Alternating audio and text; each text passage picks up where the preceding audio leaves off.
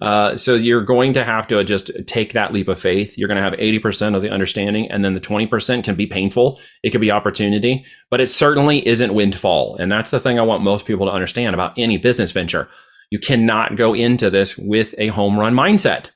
All right. You can't go into this with a lottery mentality, scratch sniffer mindset. You must understand that the odds are stacked against you. So the best thing you can really do is figure out who to align yourself with.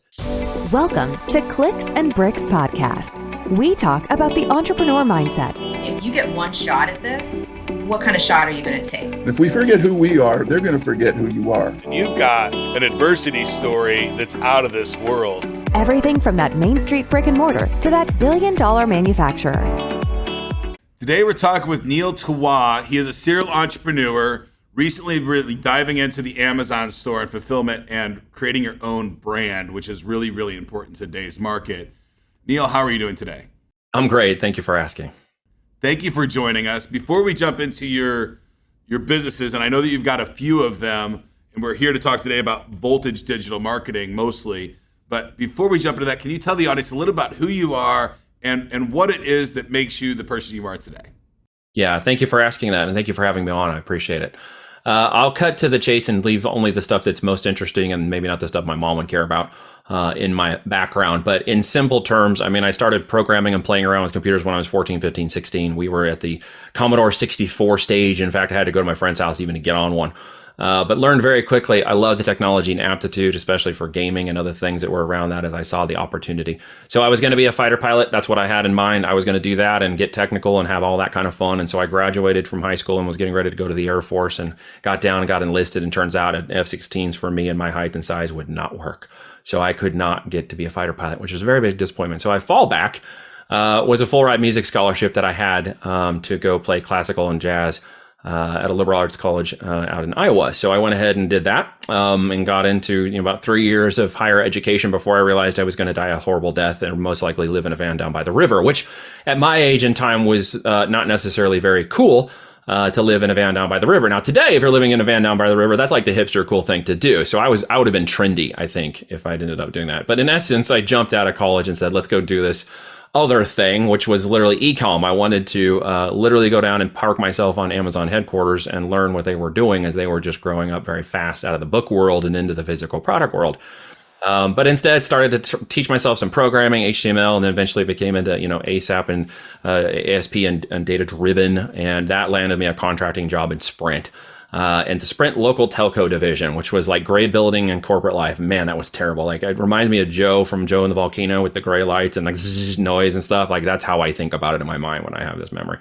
So anyways, I had an opportunity to take a jump ship and they were hiring for this new division they were bringing up and pulling everybody internally on these corporate memos for this new division called Sprint PCS. Like what the hell is Sprint PCS? Well, it turns out it was mobile phones. And I thought, oh my gosh, they're launching mobile phones. I gotta get in on that. So I applied to every job I could think of that was remotely even qualified.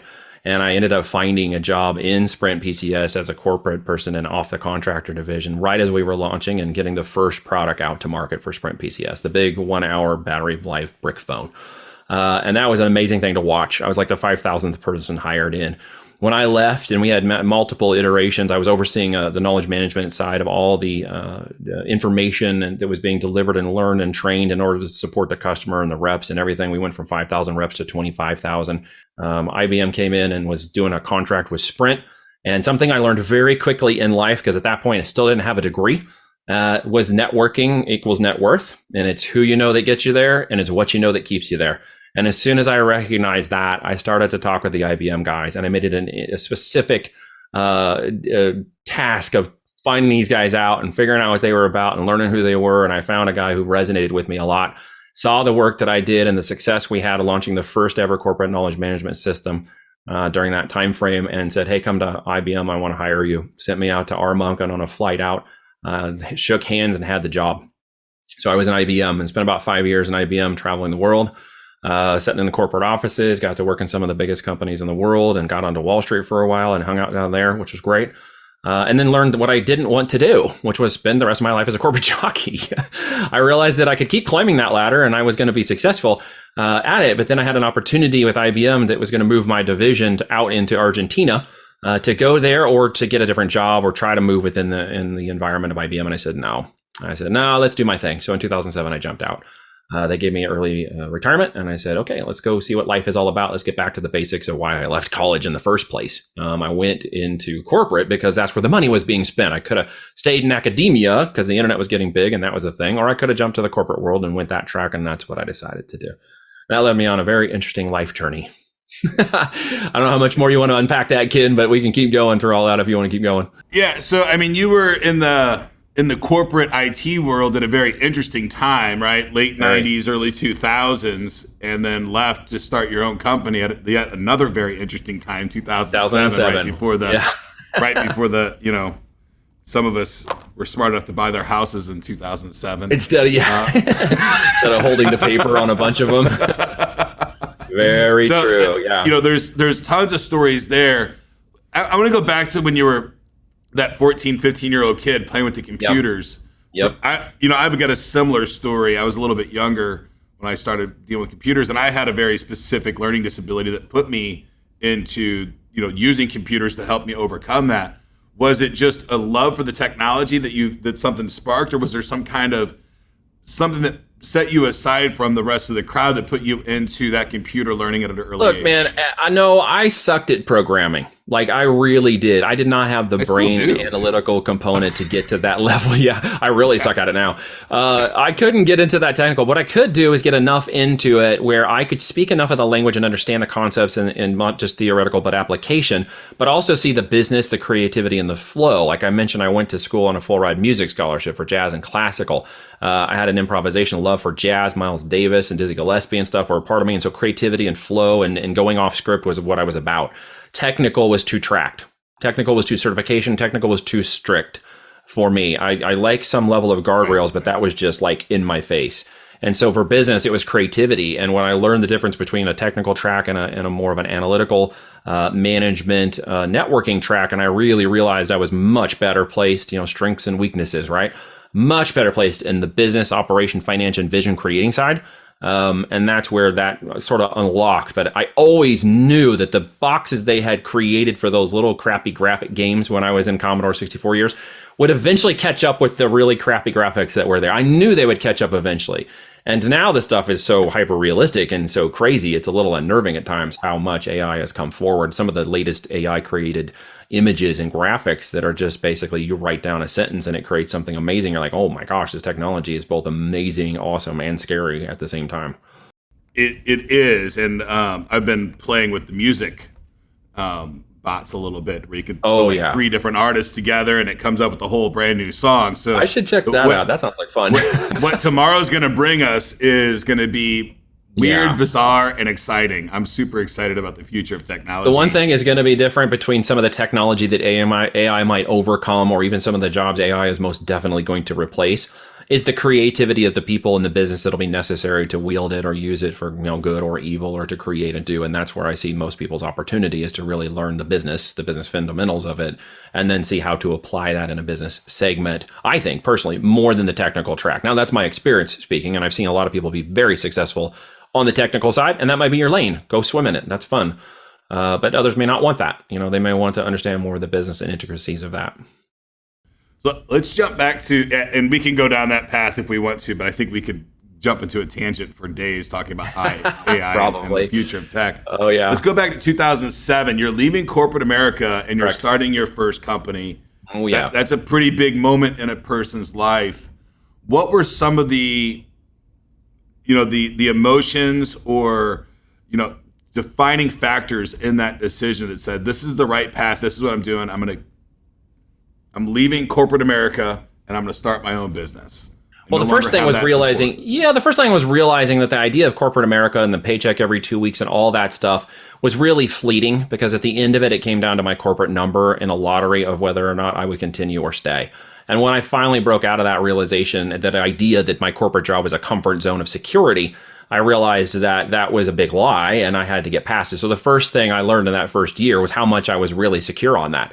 So once upon a time in life, due to changes and issues I had, being a stupid, arrogant 20-year-old, led me to realizing, I need to make some significant changes in the way I think about life and people. And one of those was a book by Susan Jeffries called Feel the Fear and Do It Anyways. And so as I had read that book and sort of adopted that mantra of the question of what's the worst that could happen, okay, what's the worst that could happen, it would lead me to situations where I figured that out. Head on, what's the worst that can happen? Well, I could get divorced. I could wreck a marriage and then find out my wife is cheating on me and flying around the country and has a different name, social security number, and is a completely different person than I thought she was. I could go bankrupt. That could be bad too. Like, what's the worst that can happen? Okay, you can hit financial bottom, and it's not the worst thing in the world that can happen. Is death the end for all things? I don't know. Some people don't believe it is. I believe, death is just the beginning of another adventure. But everybody has different ways of thinking, well, what's the worst that can happen, right? And I ran into those pretty head on. So as I got into IBM and realizing, I wanted to do something very different in life, the first year of recognition was always very different than the ideas that I had put in mind. Let's put it into perspective. I thought I had enough money. I thought this was the right time. I thought I could pull it off faster than I did. I thought, well, my wife wasn't going to get sick, but she did.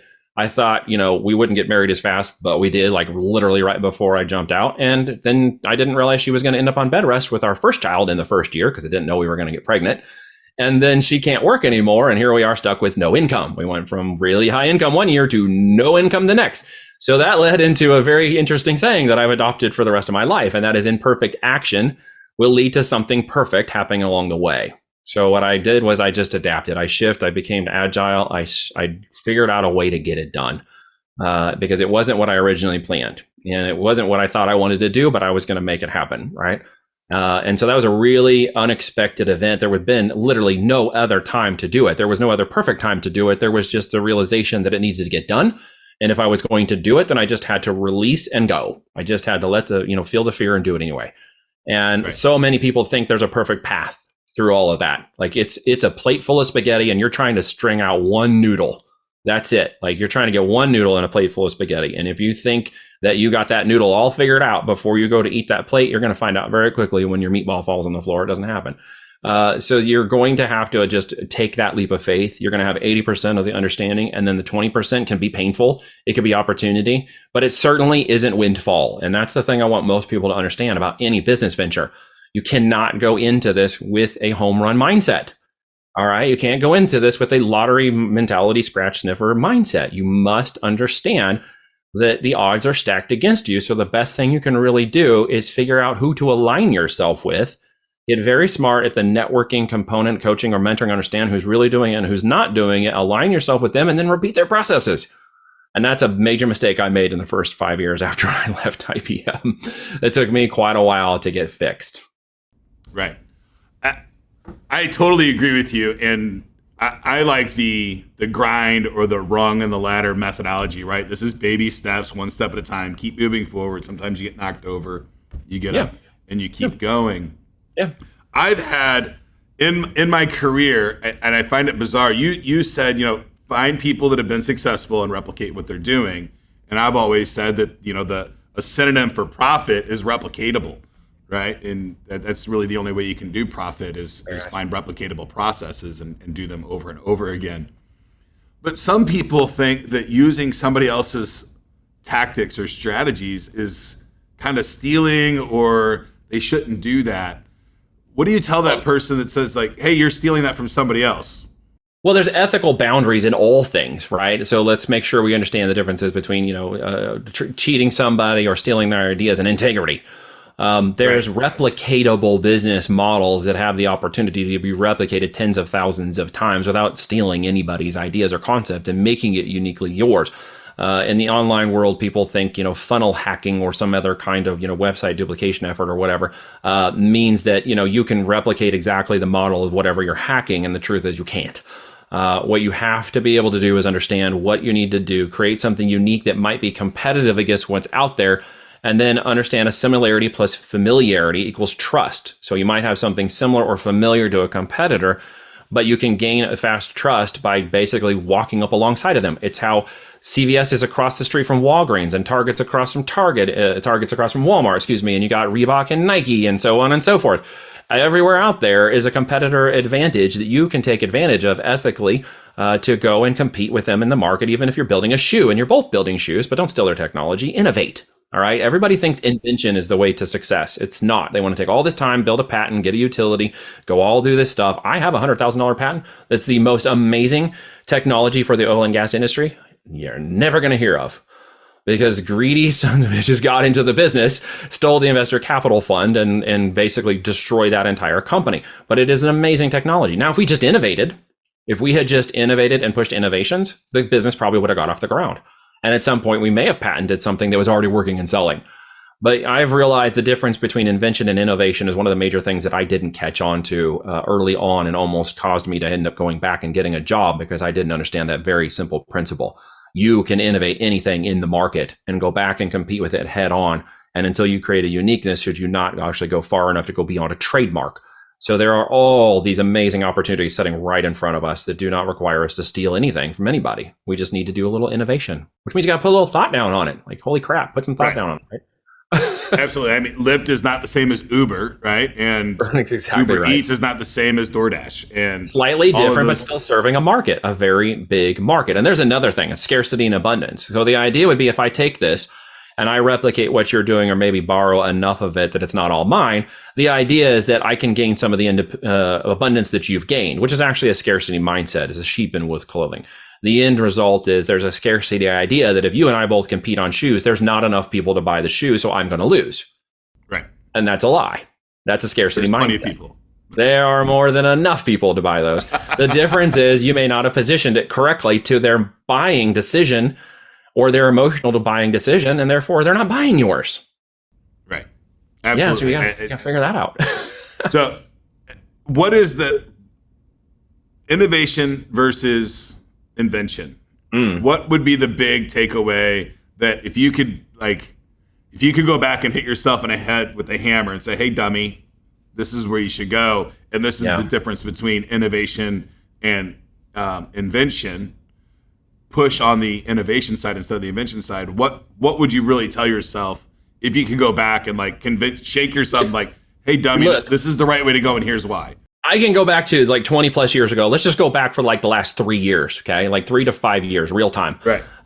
You probably have a grandma or a mom or somebody who has a crock pot. Pat it out on the counter. She cooks. It's the idea of cooking easier without all the heat and without the stove going, and it's an easier meal. And there's all these different crock pot ideas, right? Great thing, not complicated technology. It's off, low, medium, high. What created an opportunity for innovation in there, right? Someone came up and invented what? Not necessarily invented, but they just innovated grandma's crock pot, the Instapot. If I had just gone back and realized there was a need for a slightly different version of the crock pot, which is just an innovation of time and perception of time, for a little bit more electronics that help manage it a little easier. And they get a great spinning message, which was literally like, if you're a mom who's out working 40 hours a week and you want a hot meal for your family, and you want to come home and create a hot meal, but you don't want to burn the house down because it's not your grandma's crock pot. Not your grandma's crock pot was like the most genius line ever. Then here's Instapot. It will do it. It'll clean up easier. It's got the technology to make it easier and faster and better while giving your family a nice, organic, clean thing. I feel like a freaking spokesperson for Instapot. The end result was Instapot we need an affiliate link for sure. Right. And get my affiliate link below for Instapot. Go to neilswa.com/Instapot. No, I feel like an infomercial pusher. The end result was there's another line behind that one. And this is where I really would have wished I'd insert myself. You know what's come past the Instapot? Like it's a $1 billion company. It didn't disappear. A slightly different innovation. It's called the air fryer. Yes. So we've gone from grandma's crockpot in the last 7 years to Instapot and now air fryers. So what's the next innovation? If you can think it up, the opportunity is there. Those who bought the crockpot, who bought the Instapot, are also buying the air fryer. Holy crap. Yes. Like, how much more product could you sell somebody with slight innovations in a market that meets a demand for the same avatar I just spoke to you? Absolutely. Millions of units. So it's billions buy something in the house that you're using today and make it better. This make is it Android yours, and Apple right? and Microsoft. They're always just constantly making it a better mousetrap. And they did something a lot of people don't do, where they think there's shortcuts to the work or the effort, and that is that they might want to drop ship or arbitrage somebody else's version of that product. I want to create the value, own the company, own the IP or intellectual property, take that intrinsic value out to the market, and then sell it to somebody for high multiples. Why? Because economics 101, dude. Money is worth more today than it is tomorrow. Okay. There's inflation and there's depression and there's recession and there's all these crap being flown around. But it has been a normal part of our system of government and monetary fiat system to have inflation. So it's going to be that way for a while longer. The end result is if I can take a company out in 24 months, own the intellectual property, sell that asset to somebody, recoup 2 years of profits, and then go do it again, I now have an opportunity to go and reach millions of people over and over and over again with lots of products and a higher profitability, net profit, and I own it. And I didn't just create a job, because I've done that before. So I did create a job at one point for myself and 12 other people in a 20,000 square foot warehouse where I was flipping 10 truckloads a week of product into Amazon's marketplace.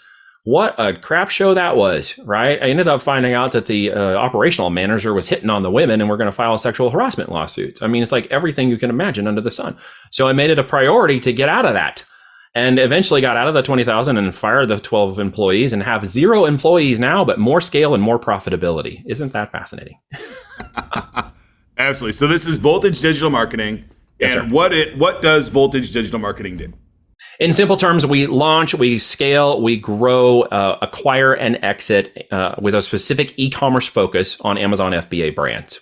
Once they reach maturity in the market, which for us is past 7 figures in sales with a minimum net profit of 15%, we'll open new channels. We'll go to other marketplaces of traffic, and we'll open other direct-to-consumer channels that will get beyond Amazon's 38% of its market share, which is really large, but it's a great incubator brand to prove that brand to those customers, 630 million in sales a day, to be able to reach at least 100K in net profits year one, okay? And to be able to do that in a structured growth strategy so that those companies that are worth more at the end of their exit than any time during the business building phase will have the opportunity to exit in 24 months and then repeat the process, what I call the platinum principle, which is literally building these like a franchise or an ARIA wholesale real estate thing, but in your control. And you can do it over and over and over again. That's what Voltage does. And for the folks that don't know, FBA is fulfilled by Amazon, which is basically you take your merchandise, and instead of having a warehouse, you use Amazon's warehouse. You ship it to them, and then they send it to warehouses all over the country, and then they ship it out to the consumer. That's right. They handle the consumer side of that. Yep.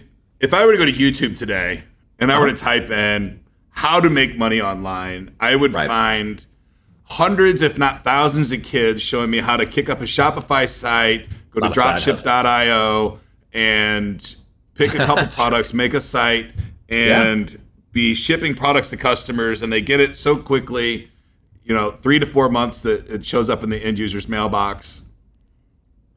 I feel like that was a legitimate way to start an online business maybe 5-6 years ago. Even 24 months. Is that dead today? Well, okay, so in the pandemic stage, 2019 and beyond, what you found out very quickly was patience and ability to get product determined how fast the customer would buy you again or buy at all.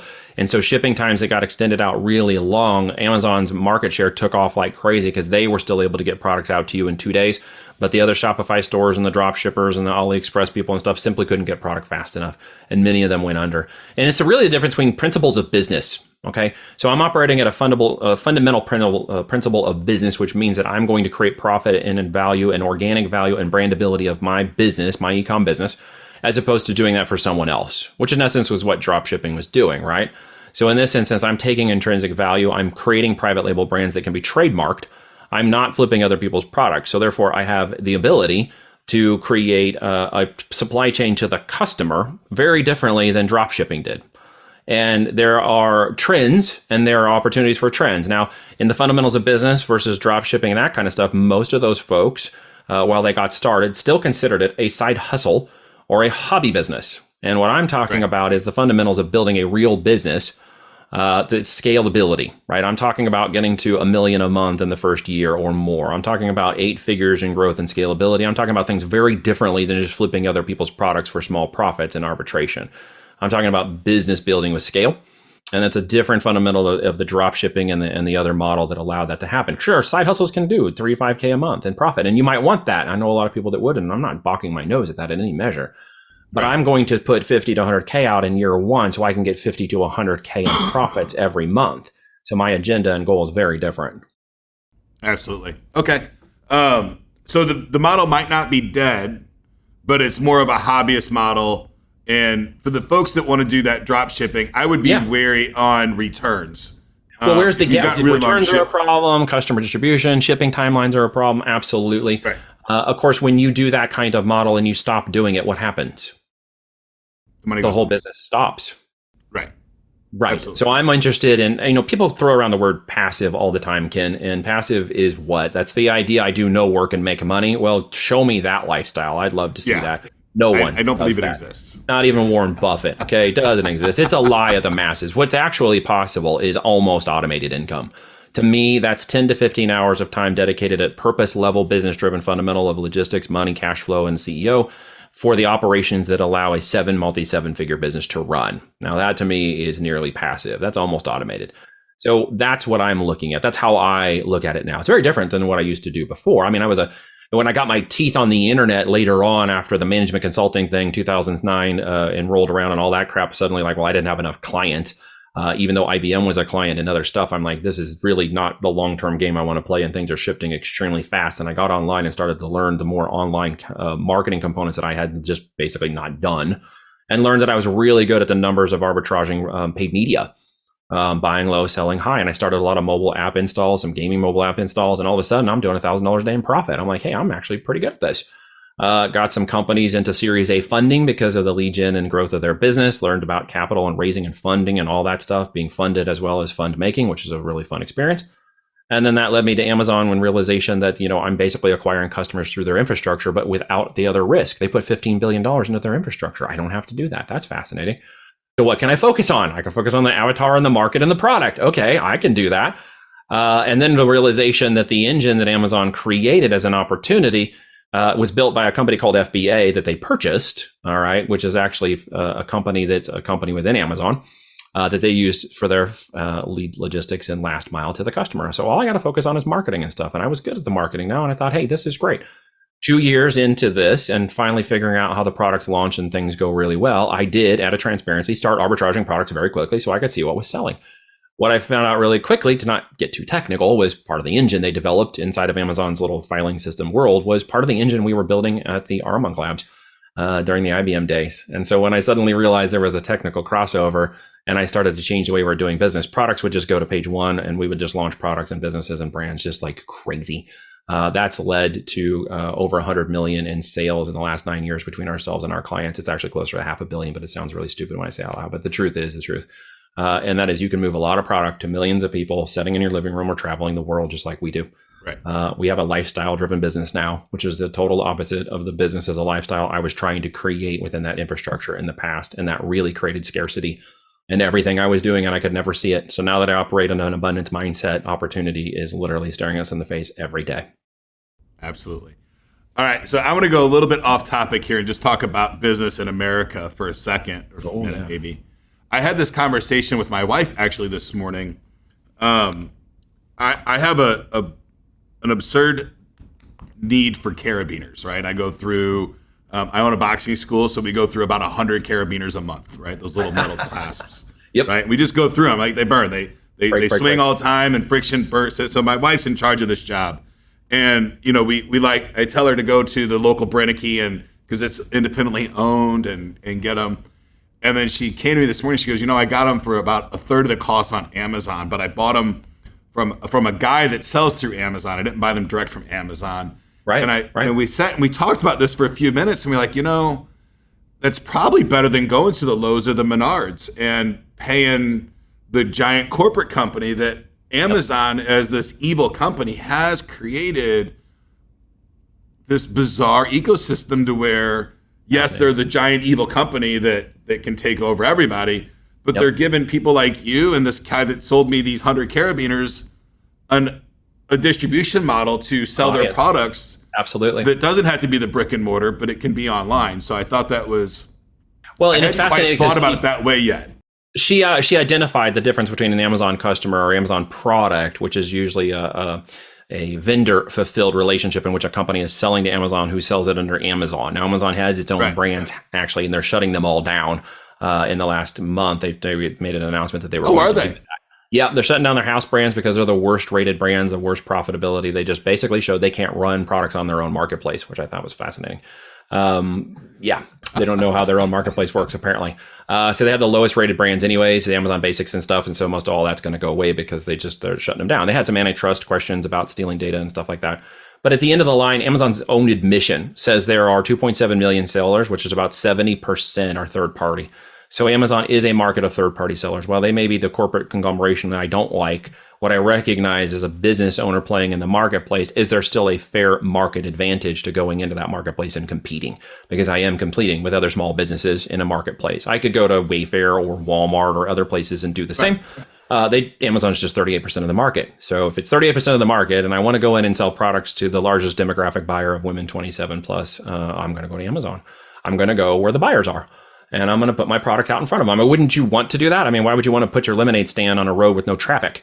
Why would you not put your lemonade stand on a highway with 5 lanes and sell your lemonade there? So that's how I advise it. There's things they do I don't necessarily agree with, but again, I play in their backyard for a different reason. I could go to other places and play in their backyard. Even on my own website or buying traffic from media, you're still in the corporate world. It's a bit of hypocrisy to say, well, you sell on Amazon, it's a corporate. Well, your hosting platform might be corporatized, and then you're going to go get traffic and influencing from where? Facebook, Instagram, Google, TikTok, those are all corporations too. So at the end of the day, we can yell about whatever we want to yell about, but we still have a lot of corporate oversight in everything that we do and the way we get to it. I just choose to play in a place where I know there's a competitive advantage. If I come in and compete, I'm competing with another business owner usually. That's how I structure the products we go after and the people we attack and the brand. And that is a opportunity for me to compete. No different than if I put up a CVS across from somebody, Walmart or whatever. I can compete with them in a market advantage in the bricks side, but I can also do it on the click side in a virtual world. And the difference is, though, I don't come to lose. I come to win. And that's when a lot of people are not realizing, well, you can start this as a side hustle or a hobby business, but if you know you're going to compete with me in the marketplace, you better come as a business. You better come capitalize with the knowledge to do it, or you're not going to take up any market share and you're not going to have that advantage or opportunity you think you're going to get. Right. So I think the idea of kicking up a website or having a product and putting it on a marketplace and I'm instantly in business and I'm making money, at the end of the day, it's just a lie to the person that's going to take this. It's a lot of guru marketing knowledge about how you just flip up a dropshipping account, grab an AliExpress, and make money on Facebook traffic. That's actually a lie. You may spend $10,000 or $20,000 getting your first sale if you don't know what you're doing. So the ultimate aspect of this is understanding, what the hell do people sell? Okay, what products do I actually sell? How do I make profit? What do those metrics actually look like? And then do I know enough about those things to go into the marketplace of competition and hope I don't end up in saturation, where it's a race to the bottom with just reviews and product discounts and coupons and low price products? Because you're going to end up with, hey, I make $1 in profit on 1,000 units this month, and I sold 2,000 next month and still at $1 profit. You don't get anywhere. Right. So there's some real understanding of how this model should work correctly before people attack it. So knowledge is a big component. I mean, it's the 3 reasons all small businesses fail in the first year, right? They're either underknowledged, overcapitalized, or undercapitalized, right? Complacency, not enough knowledge to understand how to compete, or not enough capital to compete correctly in the market. And you're talking to a guy who literally was totally uncapitalized when I started my own business in 2007. I don't think I've ever started a business that was properly capitalized. Oh, I think you think we do. It's like my own projects around the house. It's like my wife wants me to do something and she's like, we need to change this light bulb. Well, by the time I change the light bulb, I've pulled the light out. I've cut the drywall out. The half the house is like, now we got to rewire. And it's like, what the heck just happened? Like I went to change the light bulb. And that's business. Yeah. You start with your budget and I think everybody does this 20% miscellaneous. And then that 25% miscellaneous thing happens and you don't have a way to readjust until if you don't understand the process. If you want to get involved in that model, okay, if you want to be an electrician, you become an apprentice and you follow the apprentice, you get your certification, then you become an electrician. There's a lot of ways to do that. People don't take that same analogy and apply it to business. In business, I need to get a coach or a mentor. I need to understand what they're doing and learn till I become certified or whatever as that person and then go that route. They'll do it in the medical world and stuff too, but somehow they take business and they go, I don't need a mentor, I don't need a coach, I'll do it myself. What are you going to teach me that I don't already know? It's like, great. Why don't you go out and put those 2 wires together and stick it to your tongue while you're at it and see how well that works for you? All right, Neil, we've had a great conversation so far, and I definitely want to promote your company, but I want to get one more story out of you. You've managed to land a partnership or a business deal with one of the big hitters in our country, Kevin Harrington. Can you tell us a little bit about how you did that and how has that really helped you get to the next level? Well, I'll tell you the story, and I'll tell you the pros and cons of it too, so we stay in full transparency, as I always am. Kevin and I met at an event in which I asked him to come be a part of through a mutual friend networking. I got asked to meet with him, and he said, you'll pay me? Great, I'll pay you. So sometimes you got to buy your way into certain things. Now it's gone on to other stuff since then, but I said, sure, I'll pay you for the fee. Come to my event. So he saw what we were doing differently, and we've stayed friends ever since then. That's over 7 years ago. So in that way, we built a relationship in which I paid for him initially. And then after that, we've done business deals. We've done things good and bad together. When the time came for that investment opportunity to go out to market, I said, hey, why don't you come be a part of what's called Voltage Portfolios? And we'll go in there together. We'll do the capital raise and all that kind of stuff. Now, we had an opportunity, and it was presented to become a Amazon aggregator as part of Voltage Portfolios, in which we were going to go out in this special purpose acquisitions company, a SPAC, and we were going to buy up Amazon properties. Thanks to the foresight of my very long partner, 9 years in business, Reed, who's a former CFO and raised up a $100 million company with his partner before I met him. Very, very strong, speaks 2 languages. He's the other half of my coin. He's the analytical guy and the detailed guy, and he pisses me off sometimes, but I love him to death because of the way he treats things. He's my ride or die in that way. But the end result is he's very practical about thinking things in different ways than I do. And that's what's great about that consulting, as well as the ability to mentor through him and through his relationships. But end result was we decided not to take the $100 million in investment we were asked to go for in November 2021. So Portfolios exists, but not in the way they were originally envisioned it. So he's a partner in that Portfolios division, which is part of still what Voltage does in terms of growing, buying, acquiring, and exiting those companies into the network that was built from that. We just simply didn't go and invert the lifestyle-driven business into a business as a lifestyle, because it would have completely flipped over everything that I do now. I mean, I live in 40 acres in the country with my wife and my daughters. I have 4 daughters, and we homeschool, and they're at their co-op today, hanging out with their friends. And we live in a very different environment in which I'm free to kind of go out and do things, play on the tractor, play on the 4x4s and UTVs, and be with my family every day, while still running a multinational business in the e-commerce world. Wonderful. And so met through a networking event. Correct. It was a pay to play to get out of the gate. Out of the gate. But you were able to, because you created that relationship, you paid for him to come. And was he a speaker at one of your events? He was. Is that how that's happened? We did a mini Shark Tank at my event, the only one that's ever been done to that point. Or he said it wasn't on Shark Tank, but at my event, we had a mini Shark Tank, which was fun. Yes. And then from there, you're able to just carry that on, and then eventually able to pitch, hey, can you want to invest in one of my companies? And would you bring any investors with you? Because again, networking, right? Right. So we got access to some great offices, people, hedge funds, home offices and stuff that had lots of capital that were willing to put up to go after this model. And it was going to be very strong. And I think it would be still if done differently, which is why the reason we pulled out a bit, because this market of acquisition spent about $15 billion in the last 30 months now. Since this got off the ground for that business, but they've all stopped acquiring because they lack one of the fundamental things that we stay focused on: operations. They don't actually know how to run the companies, and they're running them into the ground, which is going to be. I got to experience that myself in the early 2000s, late 90s, acquisitions of IT companies and then run them to the ground. But it happens. It's like not the best environment to be in. It's no, not per se. Across the board. No, right. Not per se. Neil, if somebody out there was thinking about, jumping into this game, do you have any place that they could go to learn more about it or get some information on what steps that they would take to get started? I think, right? If you're not doing anything today. Yep. So if you were curious or wanted to learn more, or just get some more information, I got a free training course that starts with a podcast that Kevin and I did that you can take a look at. We'll explain the model and things. You can go to voltageb2b.com. That's voltageb2b.com. Check it out. You'll watch that presentation along with the email series. You'll get a 3-part free video training series of about 5 hours of full content worth about $1,000 that will teach you the 5 fundamental basics of selling on Amazon to scale. in which it'll help you find a product, help you analyze the product scientifically, and help you understand the market competition and the opportunity that Amazon's algorithm plays. And that's free. So you're willing to go check that out, listen to the podcast, links to communicate, understand, stay on my email list, follow up with other media and stuff. You're more welcome to do that. If you want to know who I am at all and want to understand a little bit more about me, some people do, and it's okay if you don't. Just Google me. I've got the smallest last name outside. It really is Tawa.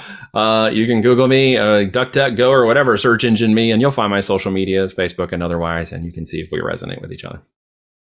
Neil, thank you so much. And we'll throw that training down at the bottom. And I'm currently going through a couple courses, but about a month from now, I will go through your 5-hour course. Well, I'd be honored. I'm super excited.